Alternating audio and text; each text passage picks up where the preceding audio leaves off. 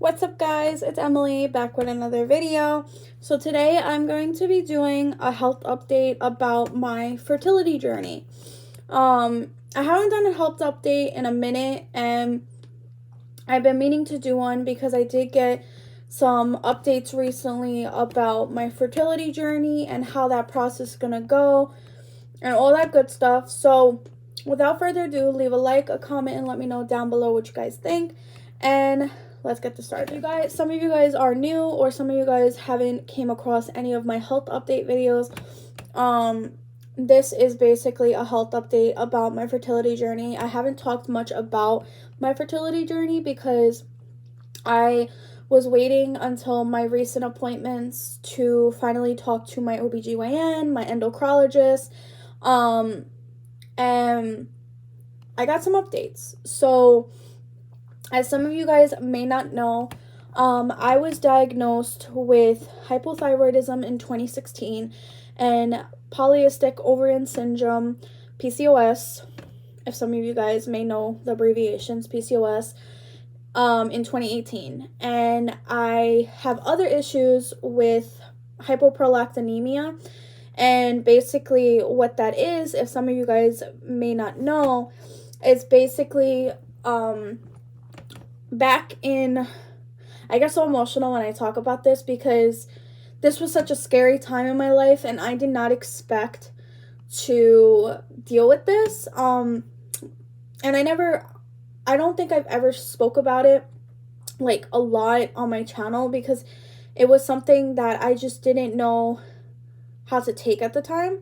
But basically what hyperprolactinemia is basically in 2020, my endocrinologist ran some tests for prolactin. And prolactin is basically, also has to do with fertility, but it also checks for a benign tumor in the brain, for the pituitary gland. And that was such a scary time of my life because when I heard tumor, I was so scared. I did not know what to think or anything like that. And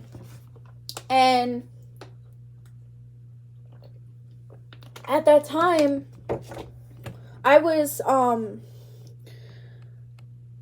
even like really talking about fertility at the time because I was like, already dealing with my PCOS and things like that. And I just didn't want to put too much focus on it. But she ran the test and thankfully, thank God, there was no tumor. And I had to do this for a couple of years. I did it twice. And then my levels went back to normal. And thankfully there was no pituitary gland tumor. And guys, when I say tumor, the first thing you guys think of is cancer, right? But from what my endocrinologist says, this is actually a pretty common thing for women, especially like with PCOS or hormonal issues. Basically, it's pretty common and it's not cancerous. It's a benign tumor. So basically, it's like a growth on the pituitary gland, and you just take medication and a treatment for it. You don't take chemotherapy or anything like that. So I just want to clarify that. But yeah, in 2020, I had to go through that, and 2021. And then we were doing like every 6 months blood work for it. And it came back normal several times. So she never started me on treatment or anything like that. But it's something we watch for now because of that issue. So recently, I brought up fertility to my endocrinologist and my OBGYN. And I don't know why, but I was like so scared to bring it up because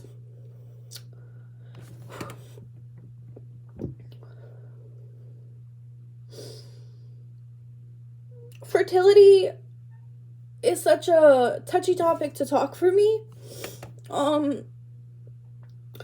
It's just touchy because I don't know what my fertility journey is going to be like. And when I spoke to my doctors, they definitely gave me a lot of clarification of what my fertility journey could be like, but it's really up to me to see how my body, basically it's up to my body and God and the universe. But it was something I was like really scared to bring up to my doctors because, you know, I'm turning 25 next year. And, well, actually this year. I'm turning 25 this year, but I want to start detoxing my body from the birth control. I don't want to start trying for a baby until everything's out of my system from the birth control, because I don't want to put myself through an emotional, mental trauma if something, God forbid, happens, like a miscarriage and things like that. Obviously, I have no control of that, but when I spoke to my endocrinologist, she told me that basically I'm going to have to take myself off the birth control. They're going to have to work with my thyroid meds, and basically instead of me being on T3 thyroid meds also, I have to just be on T4, because if I'm on T3, it could cause a miscarriage. And that's going to be something that I'm going to have to do.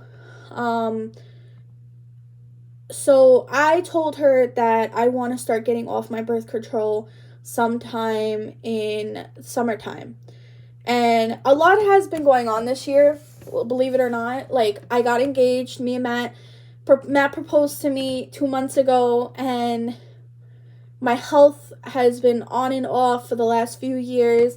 And, you know, I'm at the age where it's trying to figure out your life.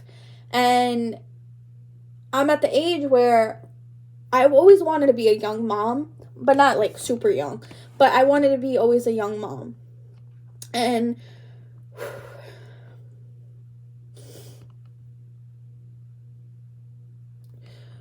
when I got diagnosed with PCOS, I'm trying to not cry. It was really hard. It was really hard because it wasn't just going to be hard on me, but I felt like it was going to be hard on Matt too. For us, basically.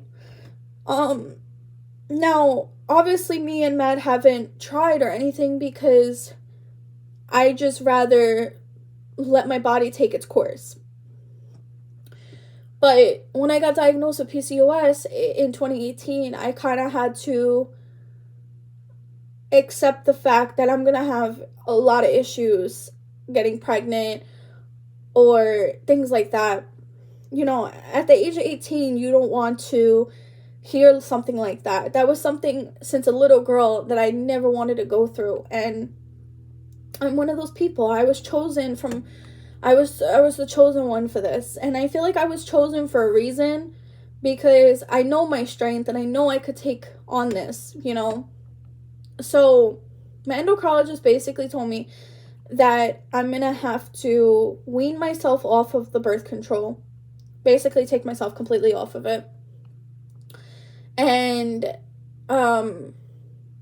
we're going to have to start adjusting my meds and things like that. And basically I'm going to have to watch my period to see if I get a natural period. If I don't get a natural period, she wants me to watch for at least 3 months. And if I don't get one the first month, we're going to try for the second month. If I get one the second month, that's a good sign. But if I don't get it at all, we're going to have to do testing. A lot of fertility testing. So I seen her in January of 2023. What a great start to the year. I wanted to, that was our initial plan from the previous year. We wanted to see each other in the beginning of the year for fertility talks. So she told me to mention this to my OBGYN and talk to her about it also. So I had a new doctor, which I love so much. My OBGYN is wonderful. I've never felt so comfortable with somebody before. especially an OBGYN. I just never knew how to bring it up.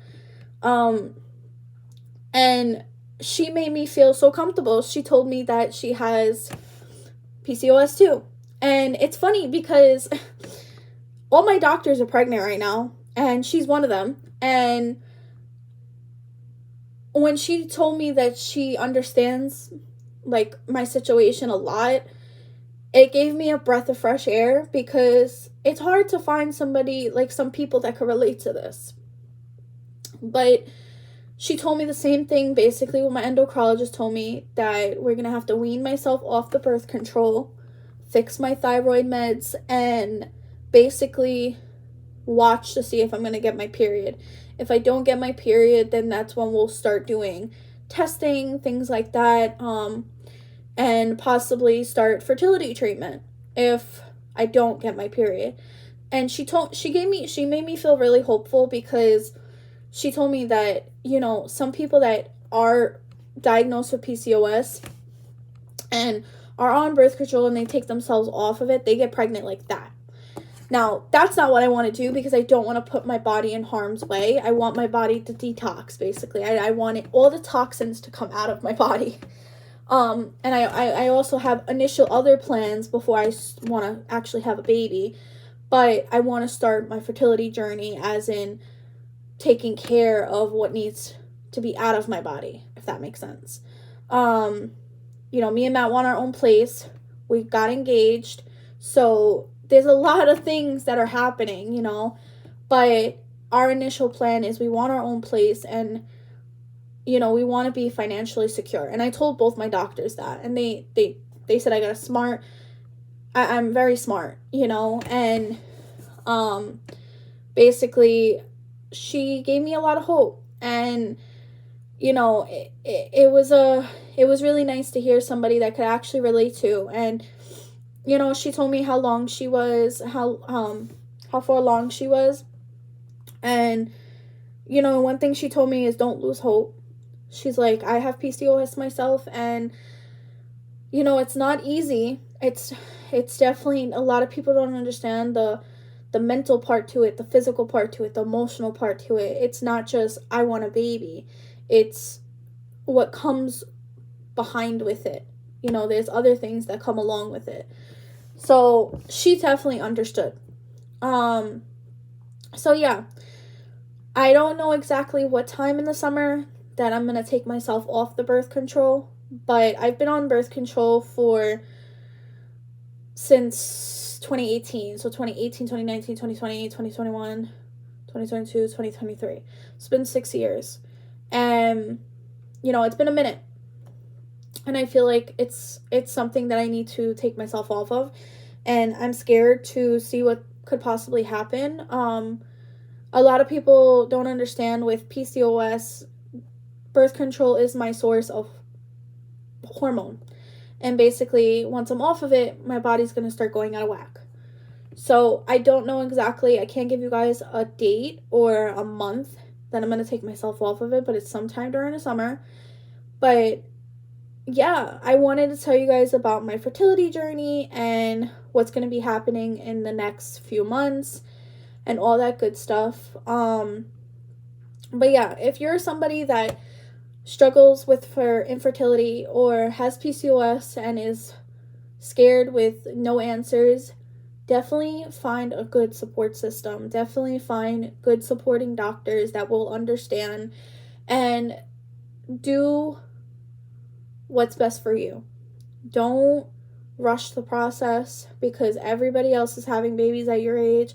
Don't rush it because it will happen when it needs to happen. So that's my update for you guys. I hope you guys understand where I'm coming from, and if you guys have any advice or any suggestions or anything that you guys want to say to me, let me know down in the comments. It will be greatly appreciated. I always respond in the comments, so give me what you guys need to say. But I will see you guys in my next video. Bye, guys.